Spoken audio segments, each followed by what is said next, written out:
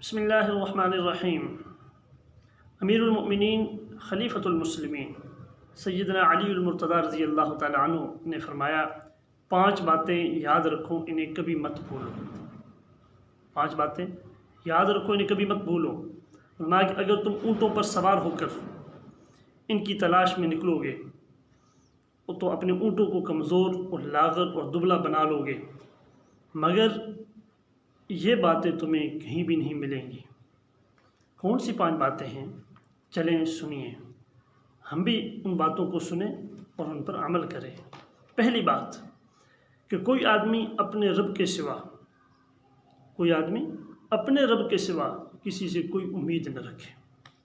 اگر امید رکھنی ہے، اگر کہیں سے ہمیں امید ہے تو ایک اپنے رب کی ذات کے ساتھ تعلق جوڑیے، اسی سے امید رکھیے۔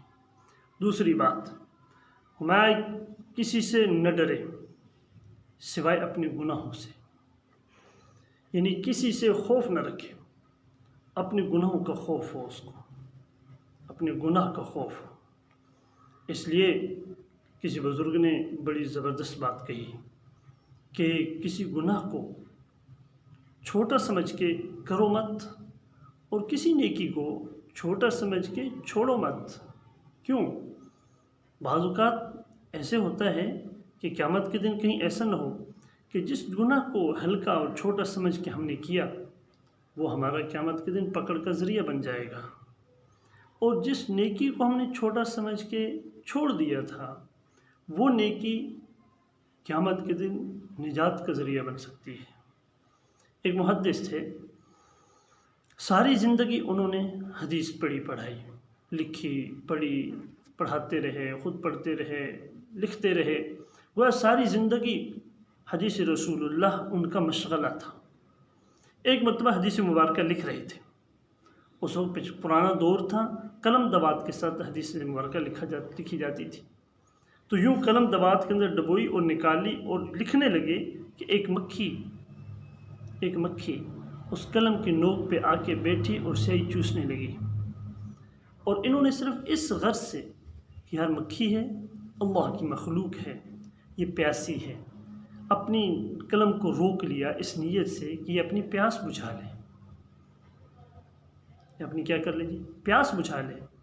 جب وہ اپنی مکھی سیاہی چوس کے اپنی پیاس بجھا کے اڑ گئی، پھر انہوں نے حدیث مبارکہ کو لکھنا شروع کیا، لکھتے رہے، ساری زندگی گزر گئی۔ جب انتقال ہوا، انتقال کے بعد کسی نے خواب میں دیکھا اور پوچھا کہ حضرت آپ کا کیا بنا؟ اللہ نے آپ کے ساتھ بڑا رحم و کرم کا معاملہ کیا ہوگا، کیونکہ آپ نے تو ساری زندگی قال اللہ و قال رسول پڑھایا۔ کہنے لگے میری ساری زندگی کی نیکیاں ایک طرف، ان کو دیکھا ہی نہیں گیا کہ اس نے حدیث رسول پڑھائی، قال اللہ و قال رسول پڑھایا کہ نہیں پڑھایا۔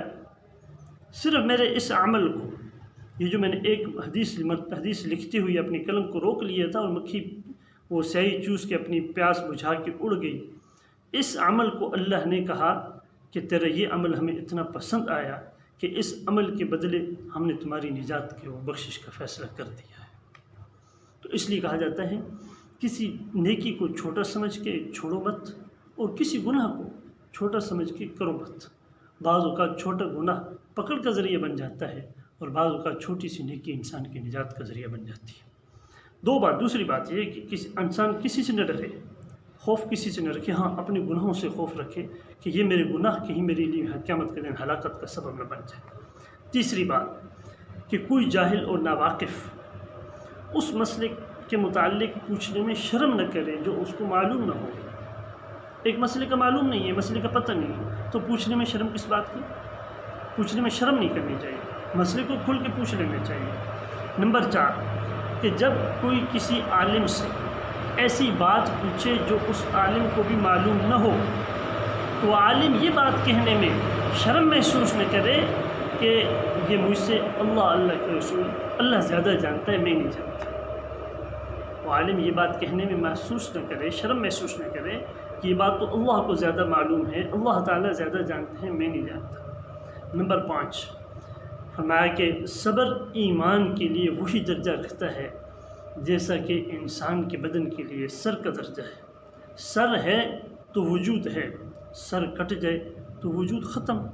فرمایا صبر ایمان کے اندر صبر کا درجہ یہی ہے، صبر ہے تو ایمان ہے، صبر نہیں تو ایمان نہیں۔ یہ 5 باتیں ہیں سیدنا علی المرتضیٰ رضی اللہ تعالیٰ عنہ کی، وہ بڑی خوبصورت باتیں ہیں۔ ان 5 باتوں کو ہمیں کوشش کرنی چاہیے اپنی زندگی کے اندر اپنانے کی۔ اللہ تعالیٰ ہم سب کو عمل کی توفیق عطا فرمائے۔ وما علینا الا البلاغ۔